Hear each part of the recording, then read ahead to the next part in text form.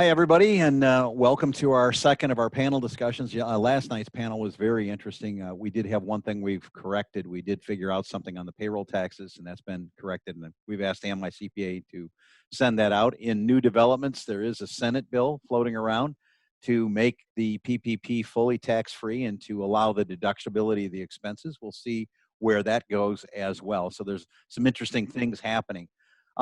Before I get started, I just wanted to introduce my co-panelists, Gary Rose, Mike Lorenz, and Bob Wines. Gary, could you give everybody a little bit of a background on yourself and just why we're here talking to folks today? Sure. Thanks, Leon. My name is Gary Rose. I'm a former practicing attorney for 8.5 years and then CEO of a middle market company. I'm currently an advisor to middle market companies on the process of longevity planning for their businesses and for themselves. And so I have a great interest in being part of this panel. So I think the talent that's needed to successfully move from ownership to eventual transition is one that requires some top-notch professionals like you see here on this panel today. And so, Mike, I'd like you to introduce yourself, although Mike's a tax whiz, and I've known Mike for years and years. He and I were plotting on how we could sell NOLs, and he's got creative ideas on that. Mike's going to be presenting next week, as is Gary, on constraint theory. So I'm really excited to hear what they have to say. Mike, would you give a brief introduction, please? Yes, thank you, Leon, and welcome everyone. I'm a tax partner at Cohen & Company. We're a regional CPA firm that has about 500 people now. We operate primarily in the Midwest from Milwaukee to Baltimore. We service tax, attest, and consulting needs of our clients. I practice largely in the tax area and help with some transactional work on buy, sell, and diligence, which is also being very much affected by COVID-19. And then my resident COVID expert and longtime friend who worked with me at Plant Moran when we both worked together with Frank Moran back in the ancient times, Bob Wines.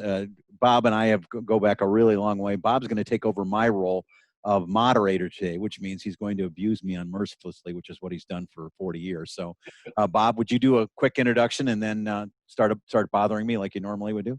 Sure, I'd be glad to. Besides tormenting Leon, my background, I'm attorney, CPA, did startups for a number of years, and I was in private equity. When I retired from that, we created a consulting firm, Insights 3. Our focus is really triple bottom line strategies. So strategies which are profitable and have a positive community and environmental impact. So. Great. And then I'm going to jump in now. I'm going to do what I love to do, which is be a nerd. So I'm going to share my screen, and we're going to take a variety of things. But I'm asking the question, what's next? And what do we see from history? And what kinds of things might we be looking at? And I'm going to respectfully submit to all of us, we've never seen anything like this, ever. I mean, it's completely different. We've seen the Fed unleash literally trillions of dollars. By the way, I think the Fed is doing a great job. We've seen a total upheaval in 8 weeks in the SBA system. We've seen an upheaval in the tax system. We have seen upheavals in the way unemployment is collected. We have seen a change in our own society, how we conduct our own businesses. And we've seen a change in how we're communicating. I just look at how we're doing it right now. In fact, I was looking at America's Got Talent, and I watched the show, and it's one of these weird things. It's not the same without the crowd. I watched Warren Buffett give his annual report. It's not the same without the crowd. The crowd perspective is so strange. In fact, I had to sign a waiver with my wife because I was whining and complaining about being cooped up, which is what we're all doing. And I was suggesting, I just can't wait to go see the Tigers. And she goes, yeah, well, I understand. I said, I want to go see the Tigers. I want to go to a Tiger game. She goes, what about the Lions? And I said, okay, I want to go see the Lions.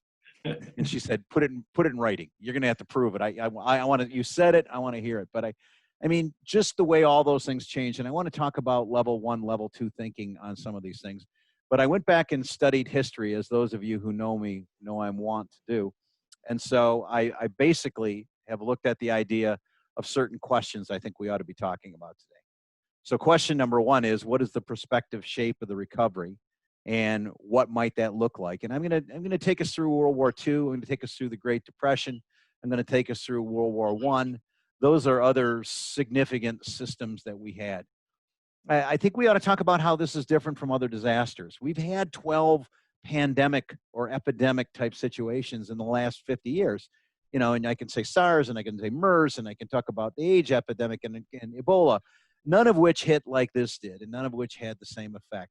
Although I'll do a quick quiz that I should offer. Maybe I should have Bob offer the prize on whoever can tell me how many people had H1N in 2009. And without looking on the internet, of course, which is not fair. It's like doing the New York Times crossword puzzle. You're not supposed to go look up the answers. I do want us to think about what's this new paradigm. What is the new paradigm we are in? And the word paradigm shift has been thrown around a lot, but I'm going to submit to us all that we are in a paradigm shift. We're really in a paradigm shift. And this new paradigm really reflects a three-way piece. And I'm a Venn diagram guy, so I want you to think of the first circle of our Venn diagram is a total disruption of our regulatory system. Our tax laws have been disrupted. Our SBA laws have been disrupted. Our fiscal stimulus has been disrupted. You'll hear me talk a lot about taxes tonight.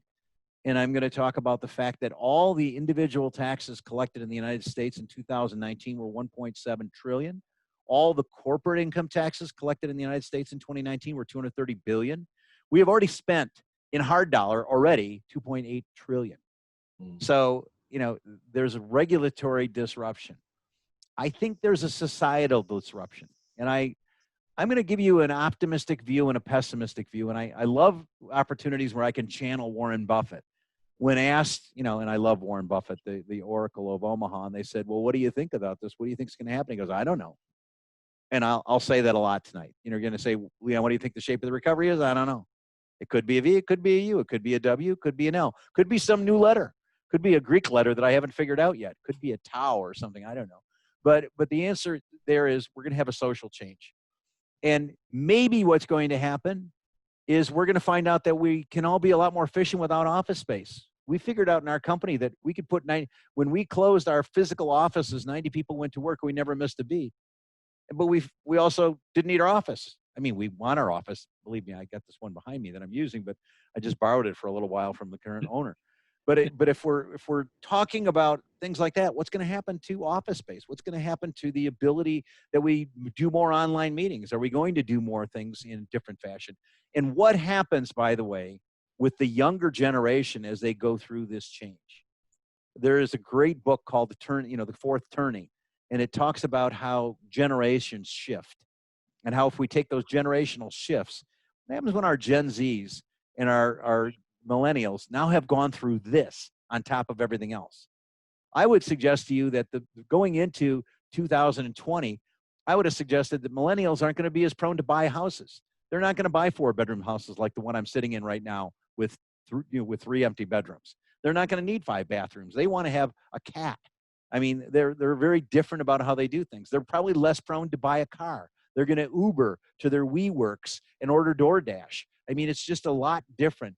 And how is that going to change coming off of this paradigm? How are we getting a generational shift, and what's that going to do? And last but not least, it's going to change how we communicate with each other and how we deal with each other. And I think that's something we should think about as well. How much is this really going to cost? I just did a Forbes article this week. Got quite a few views. I'd love for you to all go read it because I make 0.007 every time somebody does. But it basically says we're not all going to get COVID-19, but we're all going to pay for it. And I do want to talk about that, and I'm going to show you some alarming things about past tax rates, which then just segues to my next question, which is how are we going to pay for it? I was having a discussion with a colleague of mine just a few moments ago, and he was asking me, well, you think taxes are going up? I go, yeah, I'm pretty sure taxes are going up. We were running $1 trillion deficit. Now we're running a $4 trillion deficit. We're going to have to pay for it somehow. And there's only 3 ways to pay for it. A, raise taxes. B, cut expenses. C, inflate your way out of it. I think they're going to choose A and C because B won't work. You can't balance the budget now if you just pay for Social Security, Medicare, and defense. And I'm remiss to think that we are going to say we're not going to pay for Social Security anymore. I think that's going to make a bunch of people really angry, and those are the people who vote, mostly absentee, and probably under this new situation, for sure absentee. But we're going to see a change in how we pay for it. And I'll submit some ugly options on taxes, but just for the record, I'm going to preempt myself. 1945, when we were running deficits like we have now and we were running GDP to debt numbers like we have now, the tax rate was 94%. And by the way, in 1932, there was a tax rate actually higher than 94%. And there was only one person in the United States who paid it. And if you can guess it, put it on the chat and I'll send you a gift card or something. So the next part is what changes? What is going to change coming out of this whole system, and how is that going to affect us? And then what are the second and third level effects of this crisis? Like a second level effect is, what's this going to do to rental real estate in East Lansing? And a third level effect might be, what's this going to do to retirements of firefighters in Illinois? What's going to happen on these next levels? And as we keep going through this, what does this do to our spending on infrastructure? What does it mean to car sales? Are we going to sell more electric cars or less electric cars because of this, or does it matter at all? So I love presentations where I don't have to come up with answers, but get to come up with questions. So I'm going to run through a few of these, and I'll probably pop back to this slide as we go.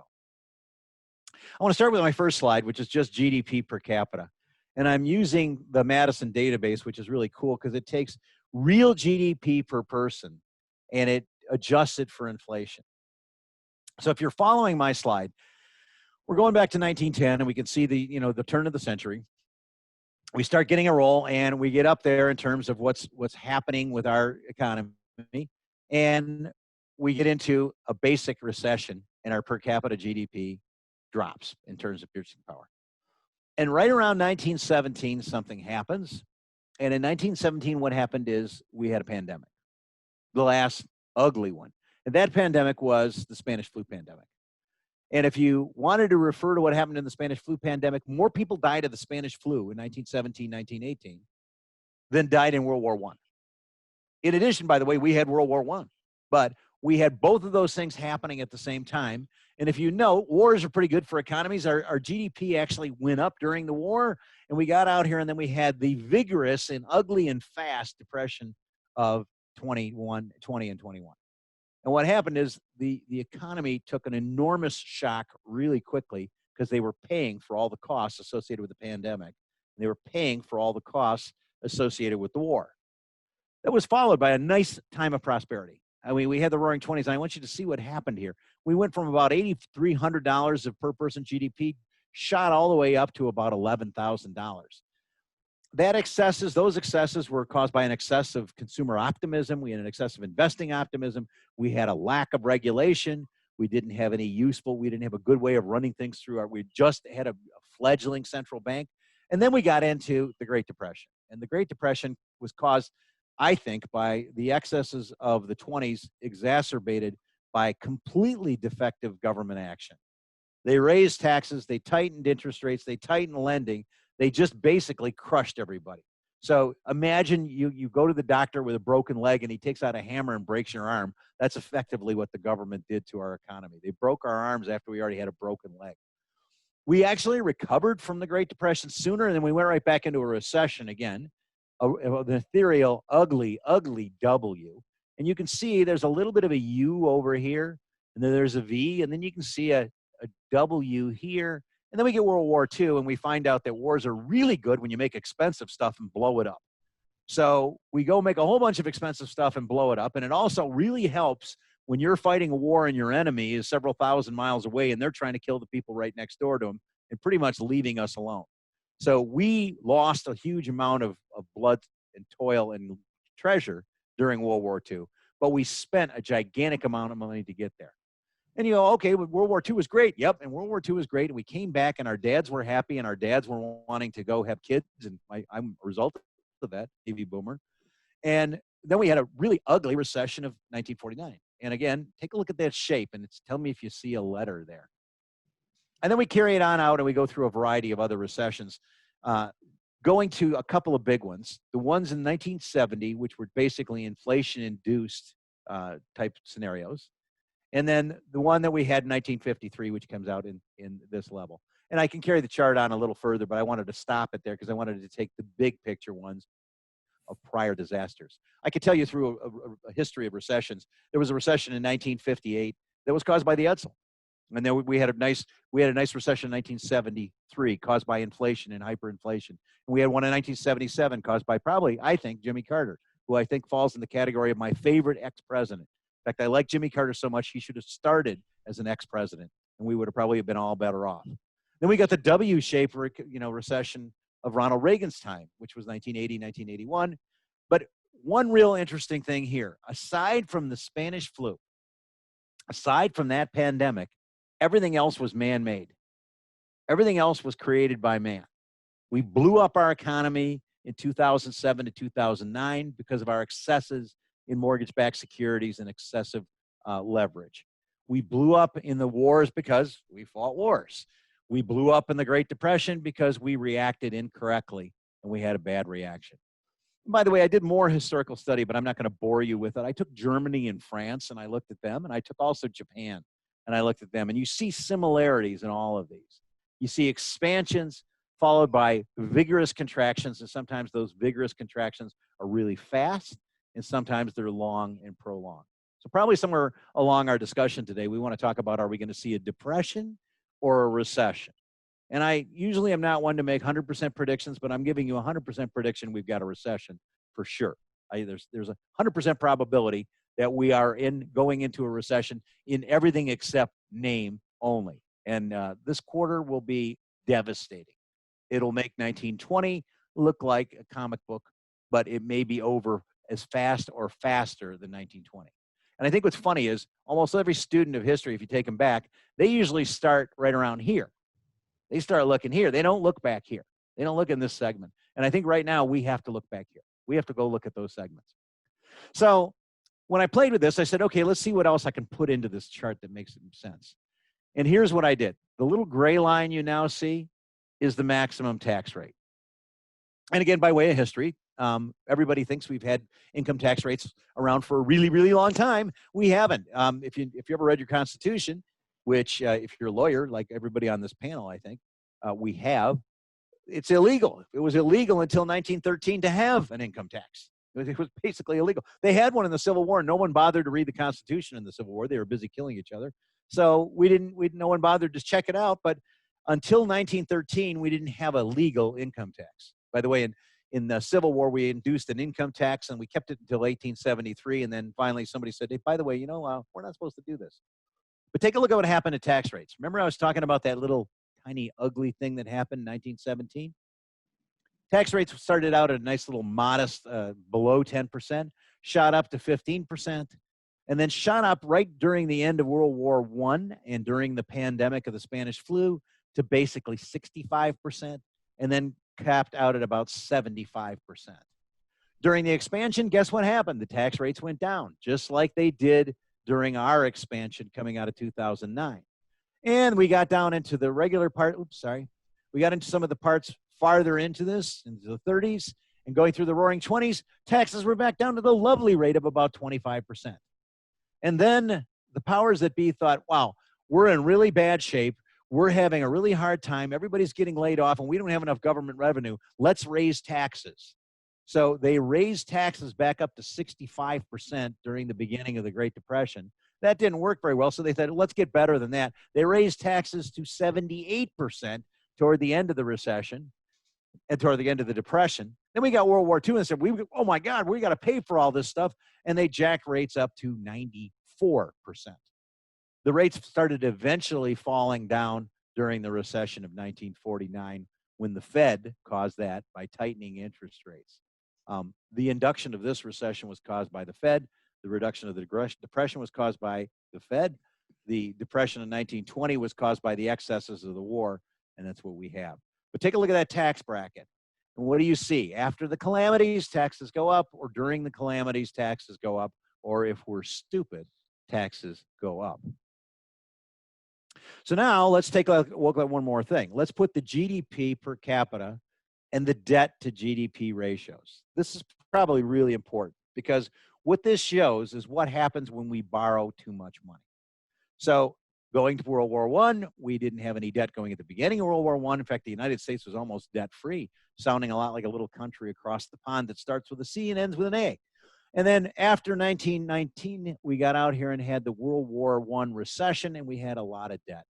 And then a lot of debt, if you were going to be an alarmist hawk back then, like I would have been, by God, we've got 32% of our GDP in debt. This is a shame. This is terrible. Boy, would I love that now. Boy, would that be amazing. So we watch that go out to this spot, and then it drops on down as we go through the roaring 20s. And guess what happens? Prosperity cures things. And guess what else happens? Inflation is great if you borrow money. If you borrow a ton of money and you pay it back with smaller dollars, it fixes itself. And inflation has this wonderful way of fixing problems as long as you don't get crazy, as Jimmy Carter found out. And by the way, I'm not blaming Jimmy Carter for inflation. I'm blaming excessive Fed situations for inflation and oil, which somewhere during this conversation, we should talk a little bit about oil. But we had the roaring 20s and our debt ratio went down, and then we ended up with the Great Depression, and boy, that debt went right back up. And then we hummed along with lots of debt. If you're remembering your history, we did lots of fiscal things during the 30s.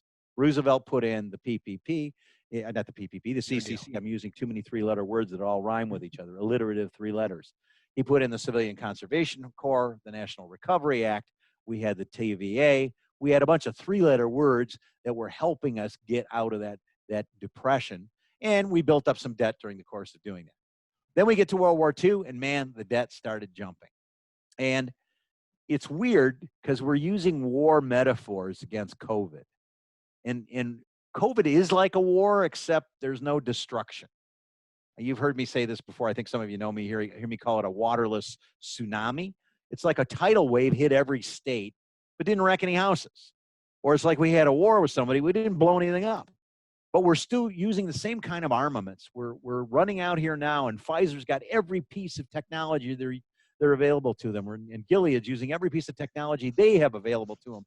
And we're having a space race on who can cure COVID. By the way, if we get a chance, I do want to talk about that.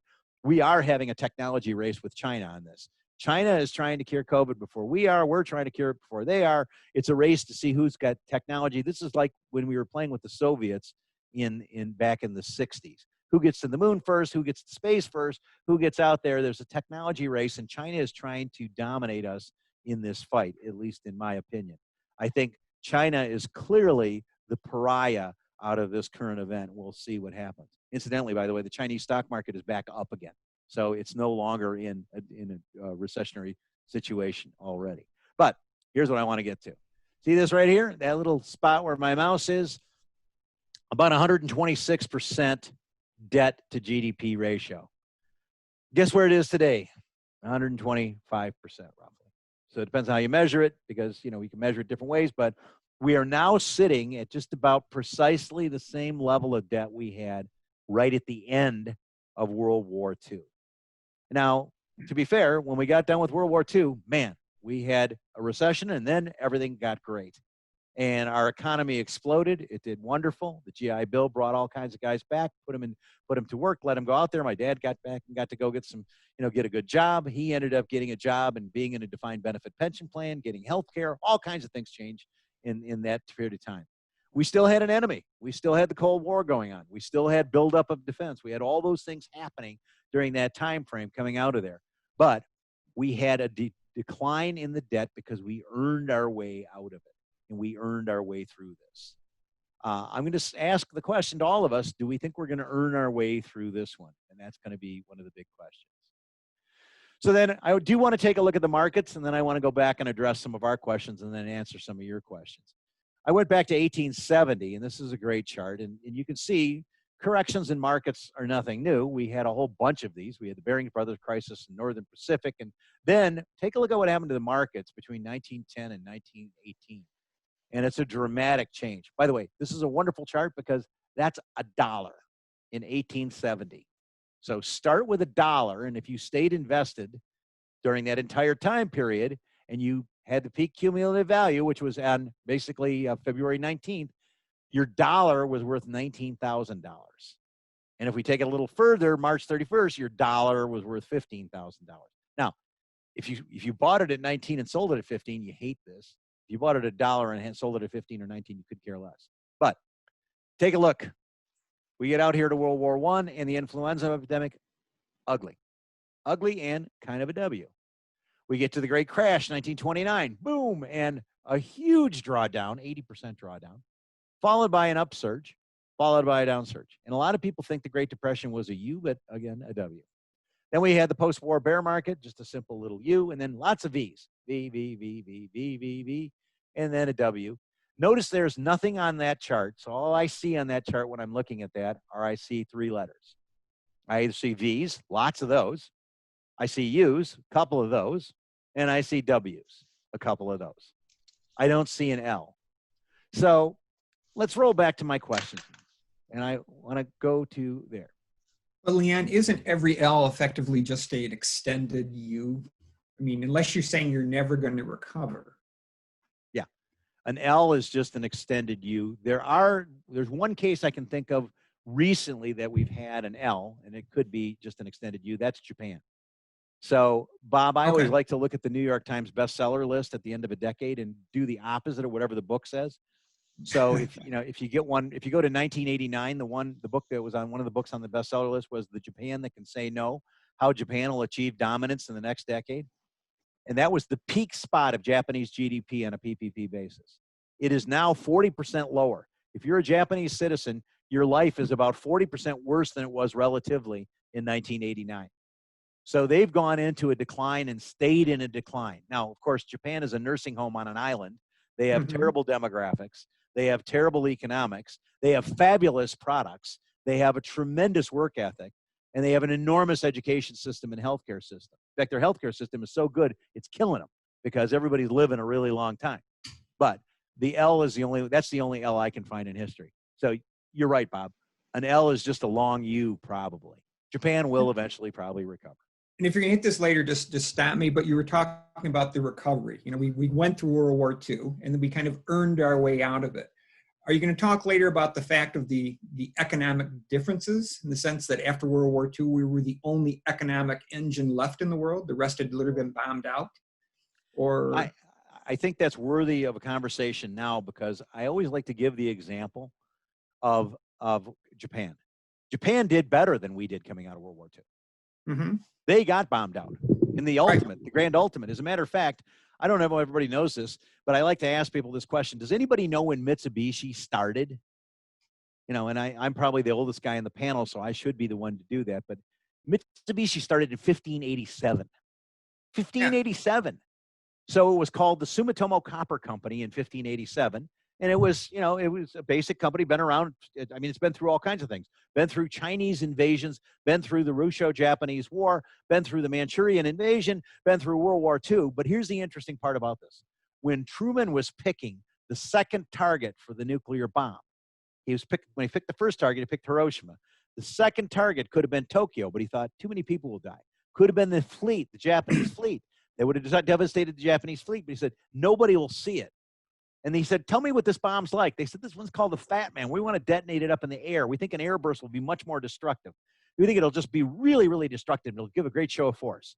He said, well, what are your other targets? They said, Nagasaki. He said, what's in Nagasaki? He said, the Mitsubishi plant. He goes, aren't those the guys that built the Zeros that bombed Pearl Harbor? He goes, yeah. He goes, hit that. Mitsubishi is the only company to ever been nuked. And as a result of being nuked, that company had a 21,000% rate of return coming off of 1949. It's still around. And as a matter of fact, if you want to go have fun, go look at the logo of Mitsubishi. It looks alarmingly like the propeller of a Mitsubishi Zero. It's an interesting point. So the point on that one, Bob, is, yeah, we won World War II, and we should have been logically the ones who came out of it the highest. And strangely enough, Japan beat us. And actually, if I take East Germany out because they were not doing well. If I look at West Germany recovered better after World War II than America did too, primarily because we helped build it back. So part of it has to do with who wins, but also part of it has to do with how we behave on the way out. But I'm glad you asked that question. So let me go to the V and give you the argument, the positive argument of why we could have a V, and then I'll give you the negative argument of why I'm skeptical about that. The V would happen if we got a really quick end to the infection vector. So if all the stuff we've been seeing this week, which was reasonably positive news, that Pfizer can have a vaccine by September, which sounded like it was impossible 2 weeks ago. But if Pfizer had a vaccine by September and it was out in people's hands and getting out there, and we could find enough glass vials, or we could find some way to administer that vaccine and get it out, It is highly likely that we would have a recovery, but I will submit respectfully, it won't look like it was before. We absolutely will not go back to the way we were before. We will probably have a reasonably robust economy, and under a V, I think we would have positive GDP by the end of the quarter. The president obviously would love for us to have a V because the V would coincide with an election period, and the president I think would love to have a V. And I think almost, I mean, I'm just saying the president, everybody would love to have a V. No, I want a V. No one, no, Nancy Pelosi wants a V.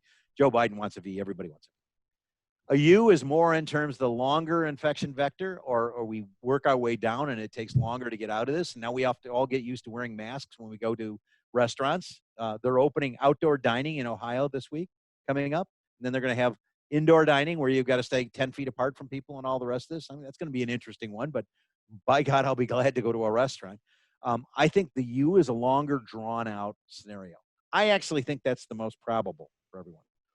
A W is what we've seen in a reinfection vector. So by the way, putting it in perspective on my previous charts, the V is what happened in 1920. The U is what happened after World War II in 1949. The W is what happened in the Great Depression, actually right in the middle of World War II. So the W would be we have a reinfection, everybody runs out and starts doing everything, and immediately we go back into the into the infection thing, and now it's worse, and we're in that scenario. So I will, if I'm handicapping, which Warren Buffett wouldn't do, I'd say the one thing I'm pretty confident of is we're not having an L. I also am confident that all the other letters end with an upline, so we would have an upline. When we have the upline, V would be the best. U would be who knows. It was an 18-month period that we were in a U in 2007 through 2009. The W of 80s took almost 27 months if I add them together, if I put them all together. So I think we should count on that. And as we're building our business plans, we should ask ourselves, what do we think is going to happen? We're going to get a V, we're going to get a U, a W, or an L. So my next question I want us to look at is. But then, Leon, you're really saying that we're talking 18 to 2.5 years. If it's a U, it's probably 18 months. It's probably okay. Second quarter of next year, Bob. If you're asking me, we get back to reasonable GDP. If it's a V, I think we'd have positive GDP end of third quarter, maybe fourth quarter. Second quarter is going to be a disaster. Let me ask you a question about that. Yeah, maybe diving down a little bit from the macroeconomics and recognizing your expectation that it could be a U or a deep V. What kind of micro investing opportunities will you see for the average business and person that's on this call or that's trying to figure out what to do with their 401k? What are the changes that the macro situation is going to create for portfolios? A great question, Mike, and that's a huge question, and we're grappling with that on a daily basis. One thing we're seeing is that index funds, the reliability of index funds is changing. For example, right now, most of the S&P's return, which has been actually pretty good coming off of mid-March, has been all by technology stocks. So Amazon's been driving it, and Google's been driving it, and Netflix, everybody's watching Netflix and all that. So we're having giant stocks driving it. So the market-based, the market capital-based indexes are giving us kind of false positives. I think that's in there. There's a lot more room now for active management. And so people have to start asking themselves, who's going to win, who's going to lose, and who's going to die. So, I mean, imagine being a cruise ship, trying to run a cruise ship right now, when you can't even have a cruise ship have any passengers until September. And, and imagine the downside of so here's the difference. And here's how I look at it, Mike. So my wife was asking me, oh God, all these restaurants are going to go out of business. And I said, yep, some restaurants are going to go out of business. And she goes, oh my God, that's going to be terrible. I go, well, there's 338 million people in the United States, and they eat 3 times a day. That's 1 billion meals a day. They're not going to stop eating. They might stop going on cruises, but they're not going to stop eating. So when we look at consumer products, toilet paper is in big demand right now. Anybody want to buy some? I got some for $10 a roll. But if you, without being kind of rude, we still need toilet paper. You need it. It's an essential. You still need detergent. You're still going to eat. So if you take the basics and run through it and say, what do I need? What am I going to do no matter what? Those are going to be some of the baselines, Mike, that I think we need to look at. What are those base services? we're still going to use internet. We're still going to use electricity. Maybe not as much electricity, but we're still going to use those things. We're still going to probably use oil. We're going to drive somewhere. We're not going to stay in our houses forever. So those are things that come into play. Will we fly airplanes as much? Will we take cruises as much? Will we be on sports teams? You know, I noticed we were talking about the PPP yesterday, and the Lakers got, you know, slammed for taking a PPP loan. By God, would you like to own the Lakers right now? I wouldn't. Would you like to own the Lions right now? I never wanted to own the Lions, but I promised that I want to go watch them again. So, you know, it's just, you think of college sports. You think of how would you like to own ESPN right now? Those are wild changes that I think are out there. So do you think EFTs? Do you think EFTs and mutual funds are adjusting quick enough to move towards an active management style? Or are if people are heavily in EFT and mutual funds, are they going to find themselves cross industry stuck with some of these bad positions? For instance, transportation, where you'll have airlines that your friend Warren Buffett doesn't want to be involved in. So when you think about Warren Buffett is the epitome of an active manager. And in full disclosure, in our portfolio, we do own Berkshire. We actually have been buying more of it. So in one of our strategic value portfolios, we're buying Berkshire because we think, not Warren Buffett. I mean, it's fun to see an 87-year-old guy with a bad haircut giving a video presentation, instead of watching a 64-year-old guy with a bad haircut getting a video presentation. But the idea is Warren has the ability to make an active decision not to buy airlines. The argument I hear, Mike, from other folks who are base indexers is that the index solves its own problem. It buys more Google because Google's doing well, and it dumps Delta because Delta's doing awful. And if Delta doesn't survive, it falls out of the index. The problem that I run into, Mike, is that when you get to an index that's a broad market index, you can get hammered because you keep getting all the losers. They keep trickling down, but you keep having those losers. Personally, in my portfolios that I manage for clients, I've been trying to lean more toward the active side. I've been trying to lean toward that active side. I do think that the large cap U.S. market's got enough efficiency in it that it's still effective, but I think those active pieces are going to be a lot more prevalent. You're going to see a lot more, and you're going to see plays on individual sectors. So, for example, I think airlines are in trouble, but I think cargo airlines aren't in trouble. I think cargo shipment's going to stay on. So I actually have been, looking at cargo airlines and looking at those. As the Amazon truck just drove by my house, somebody flew something on probably Atlas Air to get it to Amazon to get it to me. And they flew it over on UPS. So the cargo airline's probably going to do okay. The passenger airlines, maybe not. The cruise lines are going to do terrible, but I wish I owned a VLCC right now. I wish I owned a very large crude carrier. Man, could I make money on that? Speaking of things we never saw before, oil was negative $30 a barrel a week ago. Crazy. Although I went to the gas station and no one gave me any money. I don't know how that worked. But there was a long answer to your statement, but I guess I'll say I voted with my feet. I bought Berkshire in some of our SSV portfolios.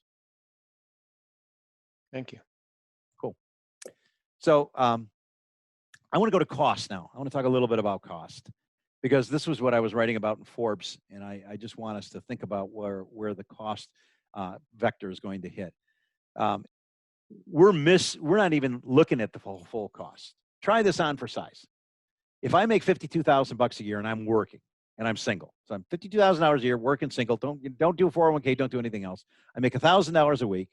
Roughly, I net after paying into Social Security, Medicare, federal income tax, and state income tax, I'm getting about $787. Okay, that's what I'm making. My boss lays me off.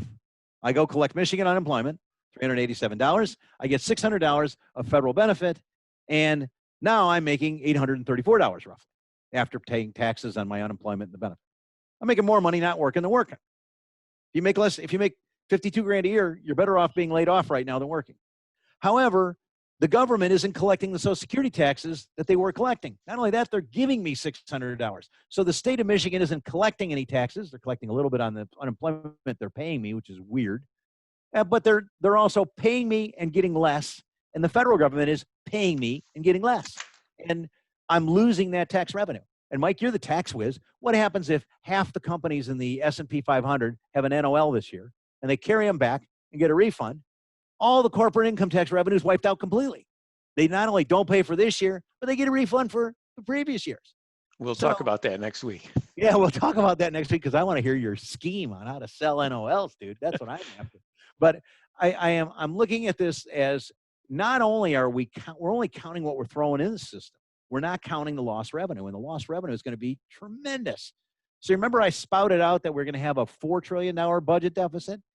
When we take $1 trillion of revenue off the top, we're going to have even a bigger deficit. And just answer me a simple one. If 33 million people are on unemployment, how much is going into the Social Security system on behalf of them? None. What happened to their benefit? Nothing. They're still going to get it. What happened to the people all collecting Social Security? Nothing. They're still getting it. And so I might have been alarmed in February saying, hey, you all ought to be concerned about Social Security because it's going to have problems in the future. And now I'm going to say the future is now. So those are some scenarios I'm looking at this high level cost. Let's throw on some more things. How is the state of Michigan going to pay for all this? The state of Michigan's got literally hundreds of thousands of people on unemployment, and they've been collecting, what, 4.5% of $7,000 for the last 10 years? They're paying all these people on unemployment. How is the regionality of this going to be affected? I mean, if the state stays closed, what happens to Traverse City? What happens to Petoskey? What happens to Holland? I already thought about Holland. I wanted to go to Holland and see the tulips, just drive by and do a tulip drive-by. They had no tulip festival. That's the entire amount of money they make in that tourism sector is exclusively from the tulip festival.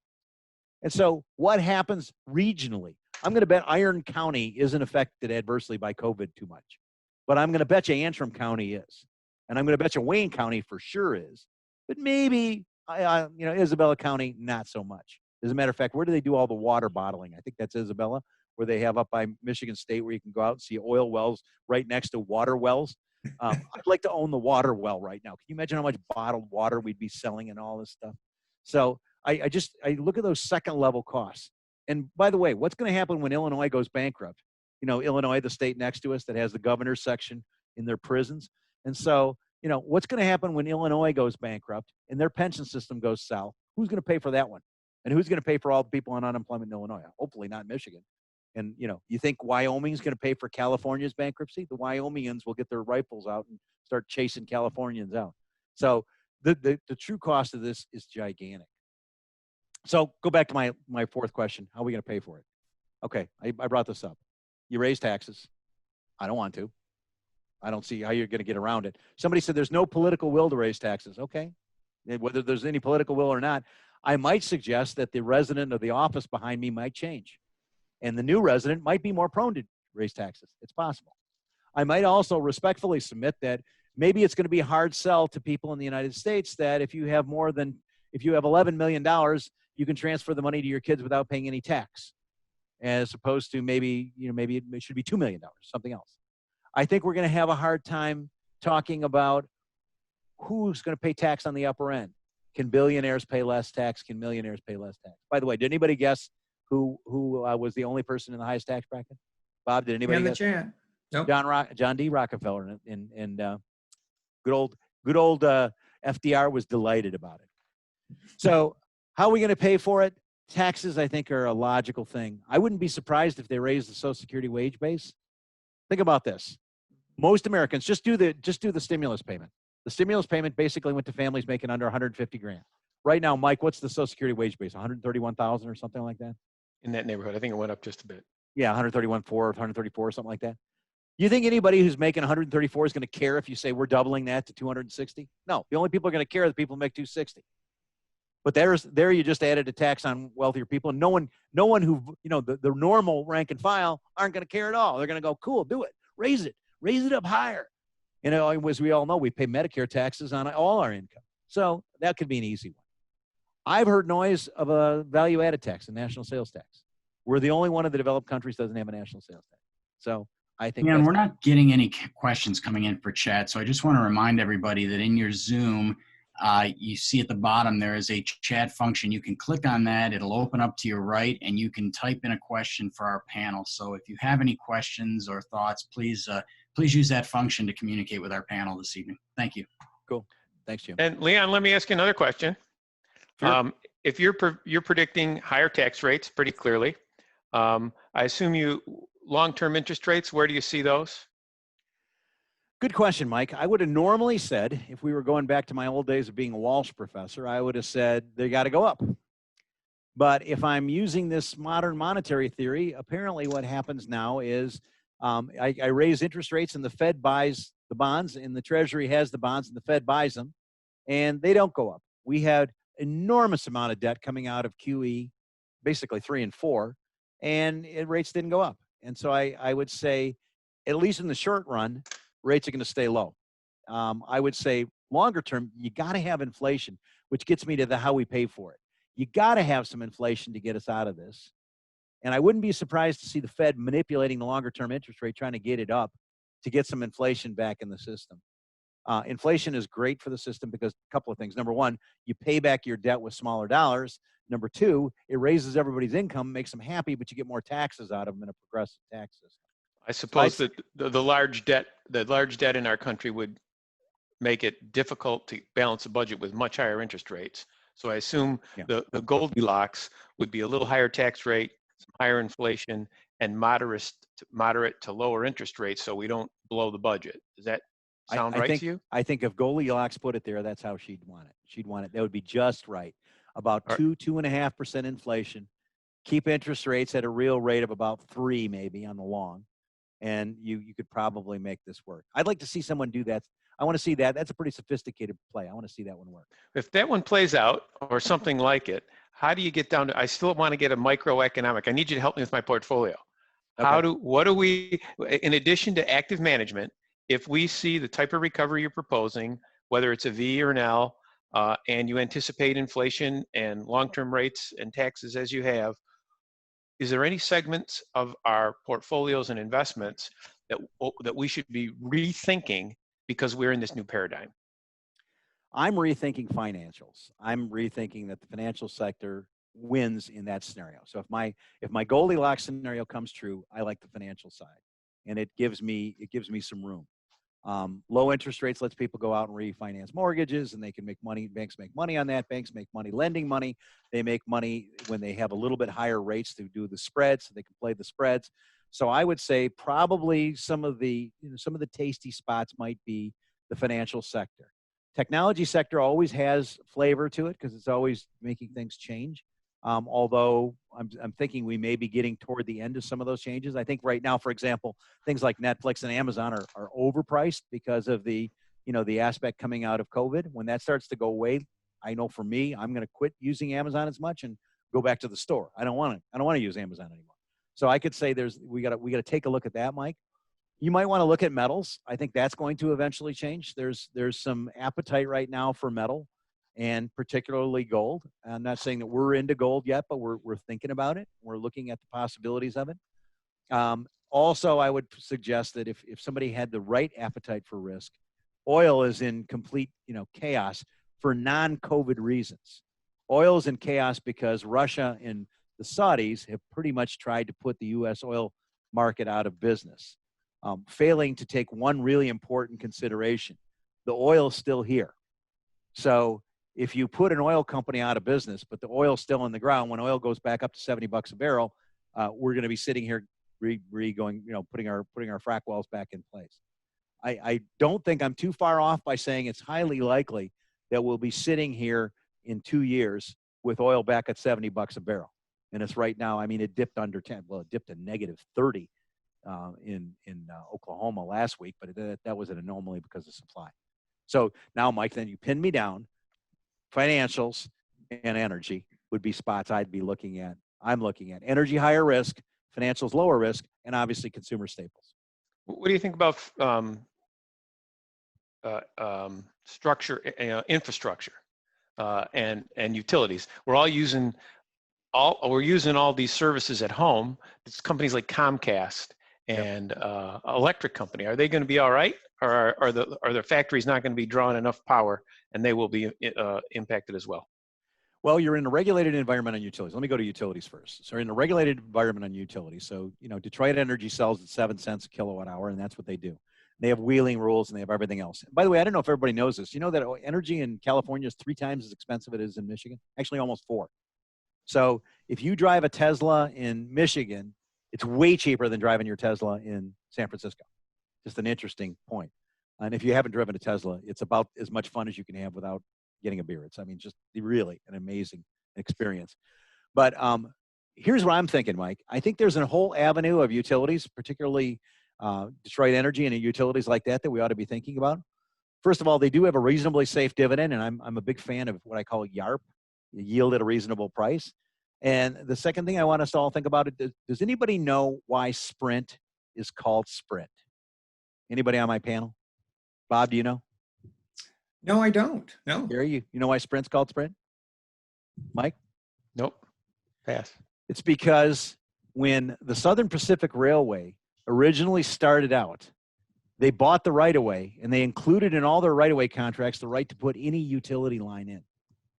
So Southern Pacific owned all the lines and all the grid transfer all around the whole south of the United States. And when they put that all in, they started, of course, no one at Southern Pacific ever heard of the internet. They were thinking telegraph. So they were putting telegraph lines in, and then they were putting telephone lines in, and they were putting cable lines in. But guess what else they're putting in? They were putting in fiber now. So Sprint stands for Southern Pacific Internet. It doesn't stand for fast. It stands for Southern Pacific Internet. When we do 5G, we will need 6 times as many transponders for cell communication. The real 5G, not this BS 5G that AT&T keeps putting on my phone saying that it works. It's not real 5G. The real 5G gives us basically 100 to 1,000 times the bandwidth on our cell phones. But to do that, I need 6 times as many transponders. And guess the only place I can put a transponder is up in the air, like about 14 feet up in the air. Can you think of anything that's 14 feet up in the air that goes along the side of a road? How about a power line? And so I think that a 5G play that everybody's not thinking about is utilities. So I think utilities is going to make it. I'm good with that. So I'm good with utilities because they pay me to wait while 5G is humming along. So I get paid my dividend. And I like that YARP. And, AT&T's got a nice dividend. There's a 6% dividend sitting on AT&T right now. So there's more of my yield at a reasonable price. Leanne, I'm going to bug you for a real quick question here. I think this is an interesting one. What do you think the whole COVID-19 and the recession is going to do as far as social unrest? I actually think, Bob, that one of the reasons we just didn't let the infection run and go the herd immunity style, I think the reason we didn't do that was because of social unrest. I think if you had bodies piling up in the street, you could have had an enormous, almost an insurrection. So I think that we're already starting to see little pieces of that. I'm watching pictures of people gathering in groups with assault rifles, which I'm trying to figure out how that has to do with COVID. But I mean, I'm watching at the Capitol where folks are getting together and protesting and doing a variety of other things. I'm starting to see a them and us type scenario, seeing people getting at the end of their lines. There were, in the Spanish flu epidemic, some social unrest. There was in some of the cities particularly. And there were situations where that happened. Obviously, in worse pandemics in history, there has been social unrest. I think the government reaction had a lot to do with that. I think they looked at the fact that if we had massive civil unrest in the country, that would have driven us into a worse scenario than just shutting the country down for 2 months. You notice, right, by the way, crime is down. Crime is down. Pollution's down. There's all these great little side effects of the COVID scenario. Okay. Now, another question came up which I thought was interesting. The healthcare system's been stressed in a way that we probably didn't originally foresee. We thought we might be overloading it, while actually financially we're underloading it. What's your thoughts about that? What do you think the impacts on the healthcare system will be? I've been talking to a lot of doctor clients, including some people who are administrators of big hospitals, and my doctor clients are telling me that they're completely perplexed by the lack of other treatments that they're doing. No one's going in for a stent. No one's going in for, coronary bypass operations. No one's going in for knee operations except emergencies. So the question, really is going to come in is, are those just pent up demand? Are they all going to come back and do it? Or did everybody suddenly figure out they don't need a stent, or what happened? So coming from the doctors who are in the middle of the battle zone, they're thinking this is the end of the rainbow for them. They're gonna retire. They're gonna do some other things. So I'm already hearing from doc clients, we're retiring. We're selling our practice. We're doing some other things. I think the healthcare sector is going to look a lot different. I think there's going to be a lot more telemedicine. I think there's going to be a lot more change in the way we pay for things. I think we're going to have to pay for current preparedness. And here's an interesting question. An N95 mask has a 2-year life. Let's suppose that in 1917, we had N95 masks and we bought 300 million of those. every 2 years and threw them away every 2 years.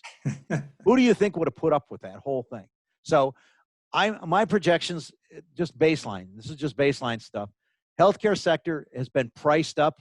To me, it's overpriced. I think it's overpriced because everybody thinks the hospitals are making all kinds of money. They're not. So I think the healthcare sector is basically overpriced, and I think there's going to be probably 20% less providers or less service providers in there. I think you're right with the private practices, Leon. We've moved to a space of telemed where the doctors are doing that. So I think you're going to see footprints of doctor offices shrinking because they're going to do more of their general practice virtually. Right. So I wouldn't want to be owning medical office space right now. That'd be something I really wouldn't want to own. I mean, that's going to be one where you're not going to go sit in the wait. I mean, I did telemed, and for the only time in history was my doctor on time. And the only time in history did I have a 15-minute meeting that actually took 15 minutes. It was amazing. And I think I did what I always do, run out of time. So, Jim, have I run out of time? Is this what we've always been? No, we still have a minute. Oh, gosh. Okay. Mike, you got a 1-minute question? Yeah, I got a question for you. Go What ahead, do you Gary. think about, because of social distancing and probably the lingering effect to prevent a reinfection come fall, what do you think about collaborative robotics, AI, things that will help manufacturers, for example, still stay in business but avoid the potential liability of an outbreak inside their plant? I think cobots are a great solution. I think AI is going to be the solution to the COVID problem. I think AI is going to help us win that problem. Yeah. I think the cobots are a very good solution. I do think, and I think I'm going to ask Mike this next week when we get together, I think a lot of companies are going to be remiss in doing CapEx expenditure. I don't know if anyone's going to go buy a robot yet. So that's my big issue. So I guess if I could summarize one thing, this will end. This thing will end. We will get some sort of recovery. Irrespective of the letter, it'll go that way, but it's going to be a lot different, and we're going to pay for it.